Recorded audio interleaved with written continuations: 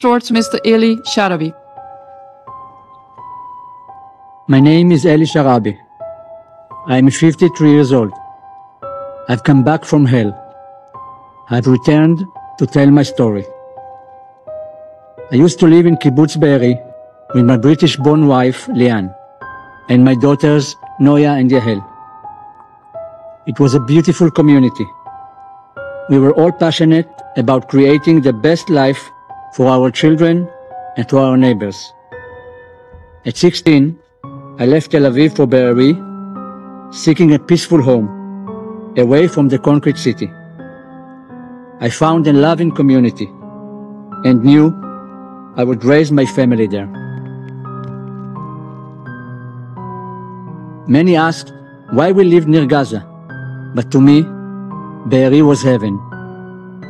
Lian came from Bristol, UK as a volunteer. She was meant to stay a few months, but she met me and we fell in love. We were married for 23 years and had 2 wonderful daughters and a dog, Mocha.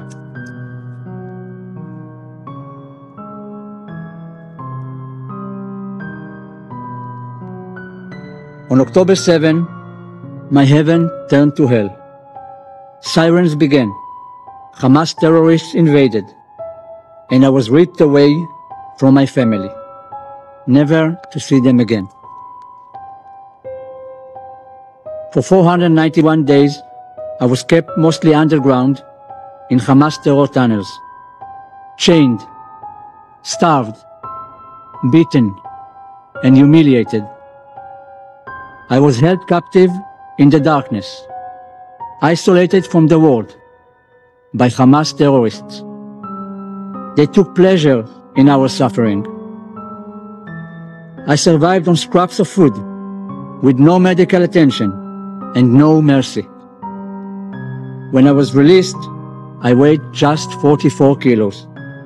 I had lost over 30 kilos, nearly half my body weight.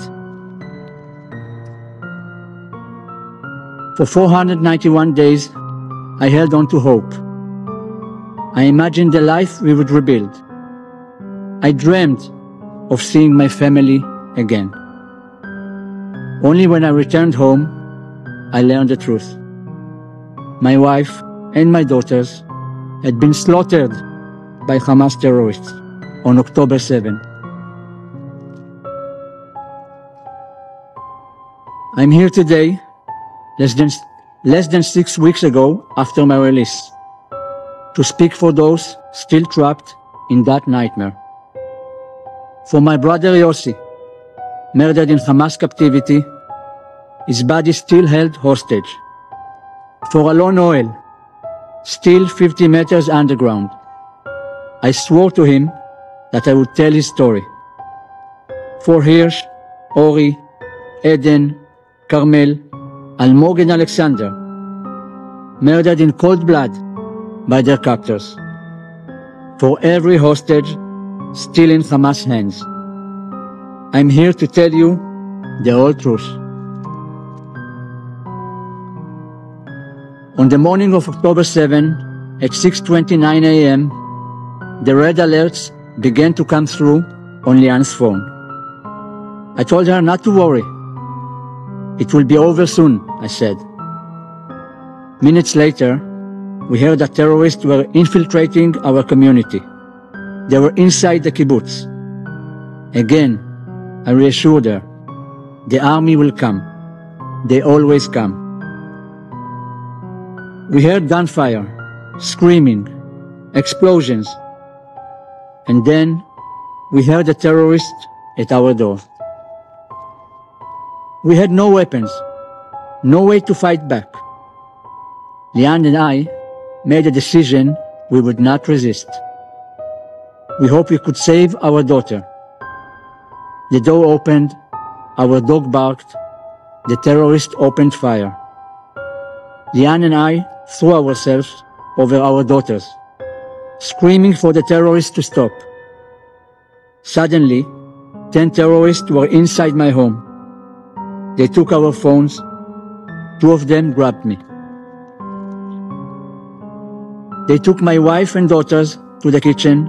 I couldn't see them anymore. I didn't know what was happening to them. I was screaming their names, and they were screaming mine. I told Lian not to be afraid, but this was fear beyond anything I've ever felt.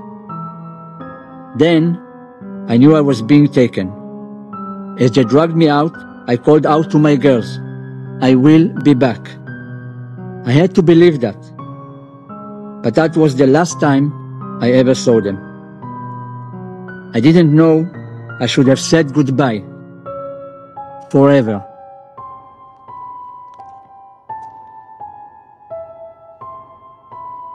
Outside was like a war zone. My peaceful home, my slice of heaven, was gone.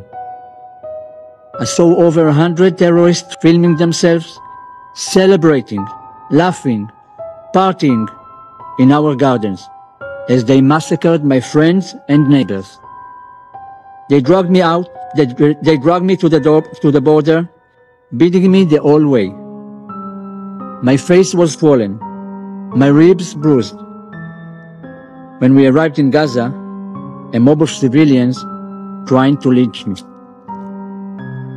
They pulled me from the car, but the terrorists rushed me away into a mosque. I was their trophy.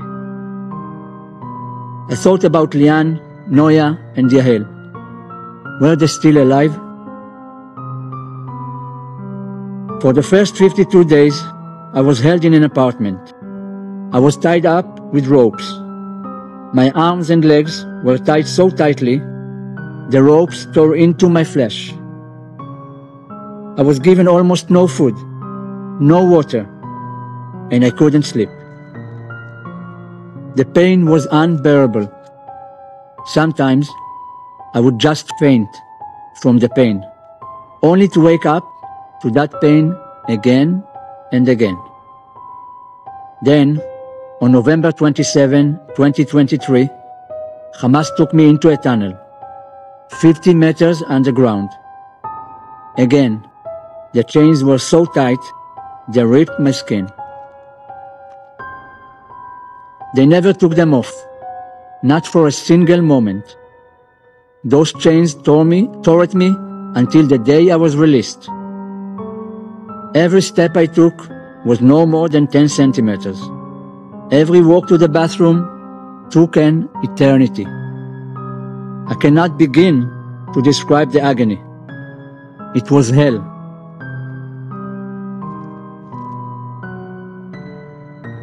I was fed a piece of pita a day, maybe a sip of tea. Hunger consumed everything. They beat me. They broke my ribs. I didn't care. I just wanted a piece of bread. There was never enough food. Sometimes, if we begged enough, we would get something extra. We had to choose an extra piece of pita or a cup of tea. Sometimes they threw us dry dates, and it felt like the greatest gift in the world. We had to beg for food, beg to use the bathroom. Begging was our existence. We strategized over every meal. One day, I cut myself with a razor, just to make them believe I was injured. I collapsed on my way to the bathroom so they would think I was too weak and encourage them to give us more food. It worked. They gave us more food. We survived of those small victories. Do you know what it means to open a refrigerator? It is everything. To be able to reach and take a piece of fruit, an egg, a piece of bread. I dreamt of this simple act every day. For months we lived like this. I stopped counting the days. Living as a hostage, you don't know how the day will begin, nor how it will end. Whether you will live or die. At any moment, they could beat you, At any moment, they could kill you. You wake up every day and do not know when you will be able to eat. It could be 12 p.m., 5 p.m., 11 p.m. This would be the only meal we would have. You hope and pray that there will be no surprises with the captors. You think about how desperately you want to shower. We only got one bath a month, with half a bucket of cold water. Toothpaste, toilet paper, forget it. Psychological terror was constant. Every day they told us, the world has abandoned you. No one is coming. By the time I met Alon Noel, who is now 24 years old, we had already endured terrible captivity. We relied on each other for survival. Alon is a very talented pianist, and I remember how he would pretend to play the piano on his body to keep himself sane.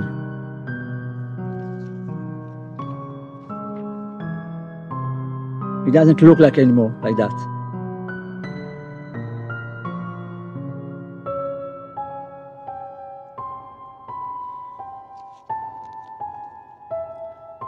One day, a terrorist took his anger out on me. He stormed in and beat me so badly that he broke my ribs. I couldn't properly breathe for a month. Alon tried to protect me with his own body. You couldn't believe how lucky I felt when Alon told me he had saved one painkiller pill. He gave it to me to get through the night. Alon still has shrapnel in his right eye from the day he was kidnapped. He never received medical care.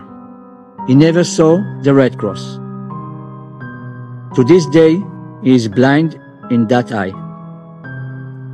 When I was released, he grabbed onto me, terrified to be left behind. He told me he was happy for me. I promised him it was just a matter of days before we would be home too. I was wrong. Just before my release, Hamas took pleasure in showing me a picture of my brother Yossi. It is my oldest brother, husband for Nira, a father for Yuval, Ophir, and Oren.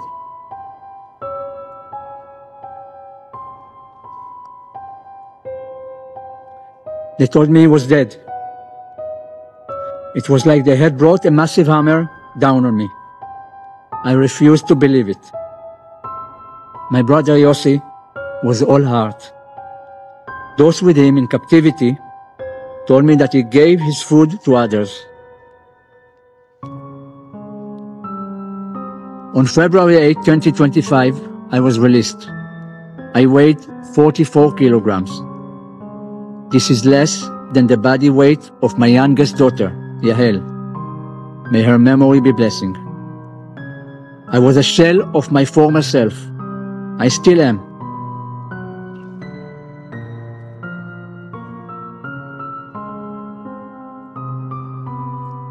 I couldn't believe how I looked.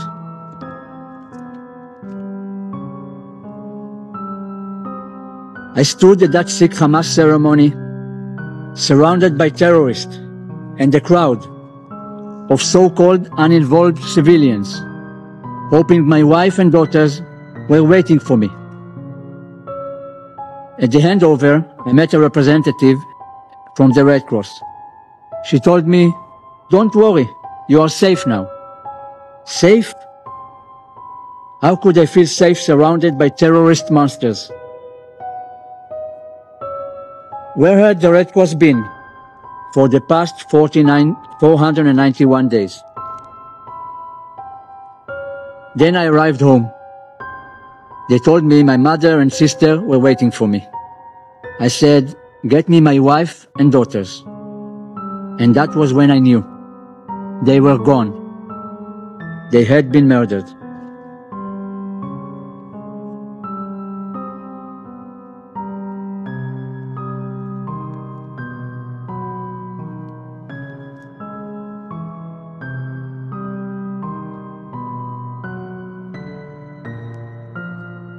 I'm here today because I survived and I prevailed. But that is not enough. Not when Alon Hoel is still there. Not when 59 hostages are still there.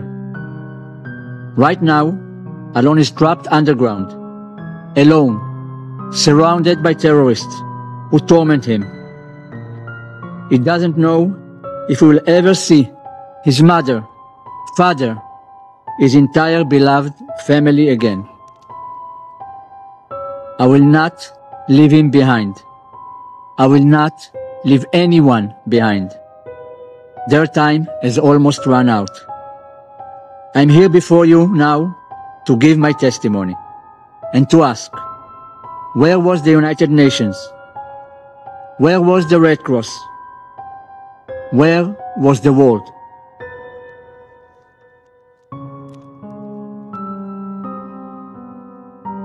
I know that you discuss the humanitarian situation in Gaza very often. But let me tell you, as an eyewitness, I saw what happened to that aid. Hamas stole it.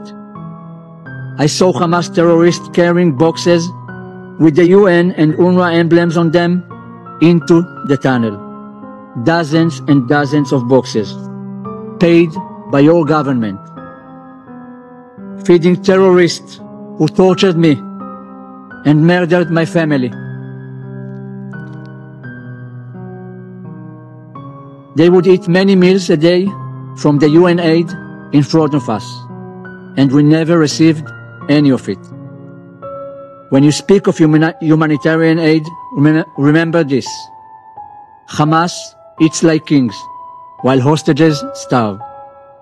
Hamas steals from civilians. Hamas blocks aid from reaching those who truly need it. 491 days. That is how long I starved. How long I was chained. How long I begged for humanity. And in all that time, no one came. And no one in Gaza helped me. No one. The civilians in Gaza saw us suffering. They cheered our kidnappers. They were definitely involved. I was freed less than 6 weeks ago.